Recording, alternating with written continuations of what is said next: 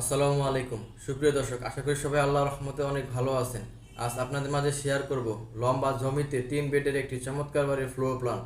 আশা করি আজকের বাড়ির ফ্লোর প্ল্যানটি আপনাদের মাঝে খুবই ভালো লাগবে। সুপ্রিয় দর্শক, এটি হচ্ছে আজকের বাড়িটির ফ্লোর প্ল্যান। বাড়িটির ডান সাইডে রাখা হয়েছে স্টেয়ার বা সিঁড়ি, সিঁড়ি নিচ দিয়ে রাখা হয়েছে মেন এন্ট্রি গেট। এই মেন এন্ট্রি গেট দিয়ে ঢোকার পর প্রথমে আপনারা পাবেন ড্রয়িং কাম ডাইনিং। আর এই ড্রয়িং কাম ডাইনিংয়ের জন্য জায়গা রাখা হয়েছে 11 ফিট 3 ইঞ্চি বাই 19 ফিট 8 ইঞ্চি। যেহেতু ডাইনিং স্পেসটি এখানে রাখা হয়েছে, তাই এর ঠিক পাশেই রাখা হয়েছে কিচেন রুম। আর এই কিচেন রুমের জন্য জায়গা রাখা হয়েছে 7 ফিট 10 ইঞ্চি বাই 8 ফিট 3 ইঞ্চি। এই কিচেন রুমের ঠিক পাশেই রয়েছে একটি দরজা, অর্থাৎ পিছন দিয়ে যদি আপনারা একটি দরজা রাখতে চান সেক্ষেত্রে রাখতে পারবেন। আর যদি দরজা না রাখেন সেক্ষেত্রে আপনারা এই রুমটি বড় করতে পারবেন।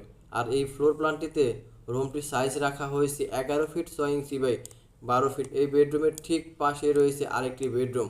আর এই বেডরুমের জন্য জায়গা রাখা হয়েছে 11 ফিট 6 ইঞ্চি বাই 11 ফিট।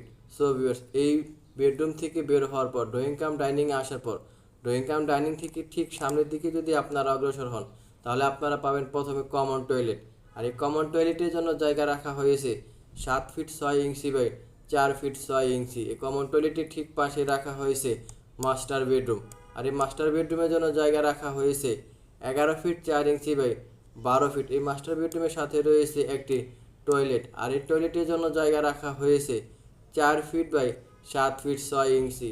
এই টয়লেট থেকে বের হওয়ার পর মাস্টার বেডরুমে আসার পর মাস্টার বেডরুম থেকে ঠিক সামনের দিকে অগ্রসর হলে আপনারা পাবেন একটি বারান্দা।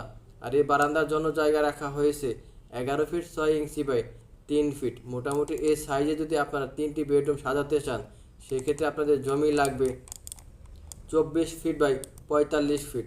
যাদের এই সাইজের জমি আছে, অর্থাৎ 2.48% বা 3% জমি আছে, তারা আজকের এই ফ্লোর প্ল্যানটি দেখে বাড়ি তৈরি করতে পারেন।